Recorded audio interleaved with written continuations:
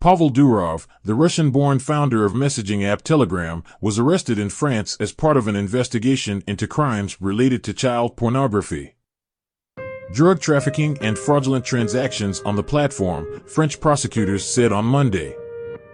French President Emmanuel Macron, making the first official confirmation of Durov's arrest since he was detained at Le Bourget Airport outside Paris on Saturday evening, said there was no political motive in the arrest, despite many false comments online.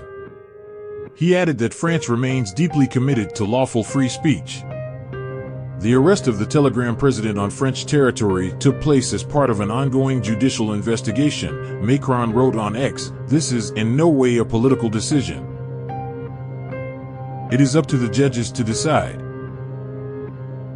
In a subsequent statement, Paris prosecutor Laure Becue said Durov was arrested as part of a probe into an unnamed person launched by the office's cybercrime unit on July 8. The investigation is over suspected complicity in various crimes, including running an online platform that allows illicit transactions, child pornography, drug trafficking, and fraud, as well as the refusal to communicate information to authorities, money laundering, and providing cryptographic services to criminals, the statement said. Durov can be held until Wednesday, it added. However, the news agency was unable to reach any lawyer representing Durov. Telegram is a popular messaging and social media app akin to WhatsApp.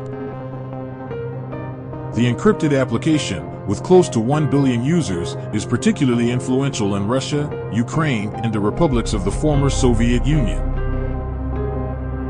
Durov's arrest prompted criticism from ex-owner Elon Musk, who said that free speech in Europe was under attack, and calls from Moscow for French authorities to accord Durov his rights. Tensions between France and Russia have been mounting for months, with French authorities accusing Russia of trying to destabilize it ahead of the Paris Olympics in response to its more hawkish stance on the Ukraine war, claims Russia denies. Durov, a 39-year-old billionaire cast as Russia's Mark Zuckerberg, has dual French and United Arab Emirates citizenship. The UAE Foreign Ministry, in its first comment, said in a statement that it had submitted a request to France to provide him with all the necessary consular services in an urgent manner. Estimated by Forbes to have a fortune of $15.5 billion, Durov said in April some governments had sought to pressure him, but the app should remain a neutral platform and not a player in geopolitics. Telegram gave no details of the arrest, but said the Dubai-based company abided by European Union laws and its moderation was within industry standards and constantly improving. Telegram CEO Pavel Durov has nothing to hide and travels frequently in Europe, Telegram said in a statement. It is absurd to claim that a platform or its owner are responsible for abuse of that platform. The Kremlin on Monday said it had yet to see any official French accusations against Durov. We do not yet know what exactly Durov is accused of, Kremlin spokesman Dmitry Peskov told a news briefing. With what exactly are they trying to incriminate Durov? Without, it would probably be wrong to make any statements. The Russian embassy in Paris said on X that French authorities had declined to cooperate with its requests for consular access, but said it was in contact with Durov's lawyer. The embassy did not respond to a request for comment.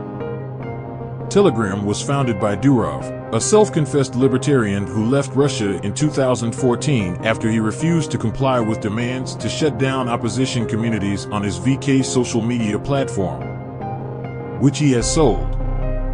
He obtained his French passport in 2021 through a rare, fast-track procedure for high-profile foreigners, exempting them from the usual legal requirements, including having lived in the country for at least 5 years. The French Foreign Ministry, which is in charge of the procedure, did not reply to a Reuters request for comment. The Élysée presidential office also declined to comment, deferring to the Foreign Ministry. According to French law, any foreigner can be granted citizenship under the special rules provided he speaks French and contributes through his outstanding work to France's influence and the prosperity of its international economic relations. Durov never lived in France, and it was unclear what special link he had to the country. On June 10th, Durov posted in his Telegram channel, "As a French citizen, I agree that France is the best holiday destination. His naturalization procedure is rare, with only 10 to 20 cases processed each year, and each one requiring high-level political support. Local media have reported.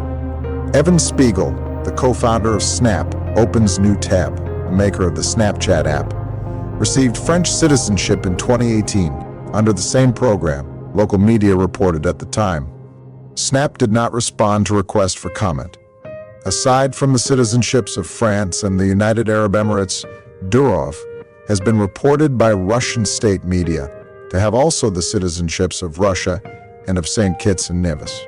However, we were unable to verify those reports."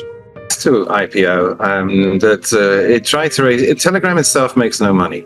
It's been existing on Durov himself, who is, you could call him the Zuckerberg of Russia, in so much as his previous company, the Contacted, now known as VK, is basically the same as Facebook, and he was forced out of that. He had to sell it several years ago, but made a lot of money, and he's been funding Telegram. Then he floated a coin called the Gram, and was hoping to monetize it by that. And he has investors, and he's been issuing bonds, and he's promised to pay the investors back by March of 2026.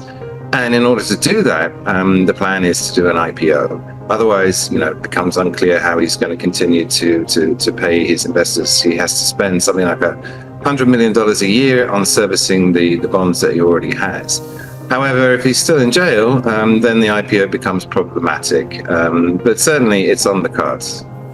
Think wise. I mean, you rightly point out that Telegram is not the only app that will host crimes and the communication of crimes and the organization of crimes through its services. I think what makes Telegram slightly different, and what makes Pavel Durov perhaps an easier target for French authorities to take what is frankly unprecedented action, I think, in terms of bringing a tech CEO to heel here and alleging significant concerns around them, is that both Telegram operates in this kind of very odd grey area where, in part because of Durov's very outspoken defense of free speech and his willingness to kind of defend the rights of users against law enforcement requests, which Telegram makes a great deal of. It says, blatantly that it will try and refuse as many of those requests as possible because it believes in freedom of speech. And with that, Durov shares an awful lot of space and beliefs, I think, with the likes of Elon Musk.